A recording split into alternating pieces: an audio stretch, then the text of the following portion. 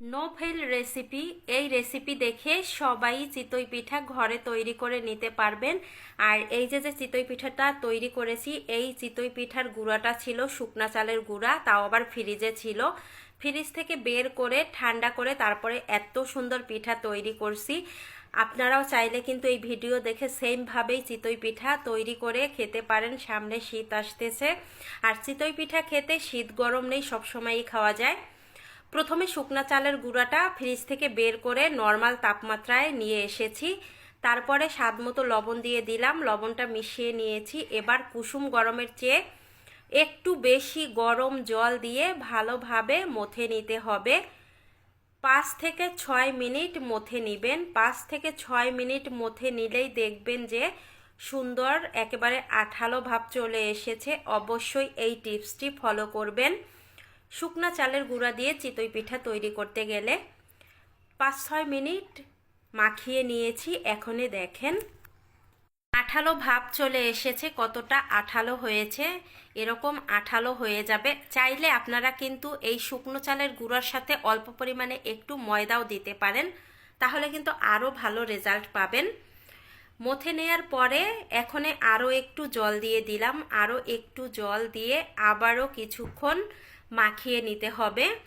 এই তো মাখিয়ে নিয়েছি, এর চেয়ে আর বেশি জল দিব না। এখানে একটা ঢাকনা দিয়ে ঢেকে 30 মিনিট রেস্টে রেখে দিব। অবশ্যই 30 মিনিট রেস্টে রেখে দিবেন। 30 মিনিট পরে ঢাকনা তুলে নিয়েছি। এবার আবারও 2 থেকে 3 মিনিট একটু হাত দিয়ে মাখিয়ে নিতে হবে। মাখিয়ে নিয়েছি। এবার আবারও কুসুম গরম জলের চেয়ে একটু বেশি গরম জল দিয়ে ভালোভাবে গোলাতে হবে। এই ব্যাটারটা না পাতলা না ঘন হবে, এরকম রাখতে হবে। আর এই পুজোতে ঘোরাঘুরি করে অনেক ঠান্ডা লেগেছে, ভয়েস দিতেও কষ্ট হয়ে যাচ্ছে।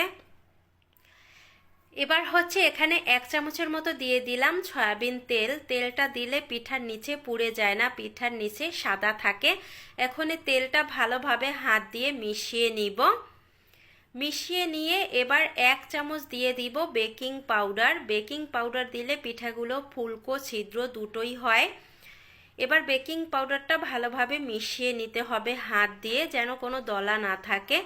এখানে বেকিং পাউডারই দিবেন, বেকিং সোডা দিতে যাবেন না। বেকিং সোডা দিলে পিঠাটা হলদে হয়ে যাবে, খেতেও ভালো লাগে না।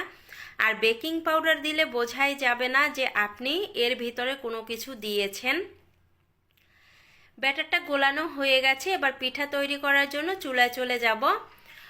এই যে মাটির শাঁস দিয়েছি, মাটির শাঁসটা গরম করে নিয়েছি। এবার হচ্ছে এখানে একটু লবণ আর সয়াবিন তেল দিয়ে ভালোভাবে ব্রাশ করে নিলাম।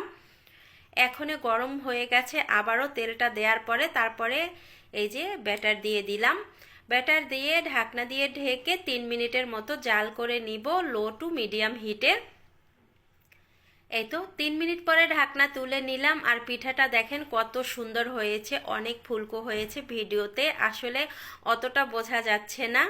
এই দেখেন কতটা ফুলকো হয়েছে। এই পিঠাটা নামিয়ে এবার আবারও একটা পিঠা তৈরি করে নিব, এজন্য ব্যাটার দিয়ে দিলাম। ব্যাটার দিয়ে আবারও ঢাকনা দিয়ে ঢেকে তারপর হচ্ছে চারপাশ দিয়ে একটু জল দিয়ে দিলাম। জল দিলে কিন্তু পিঠাগুলো অনেক ফুলকো হয়।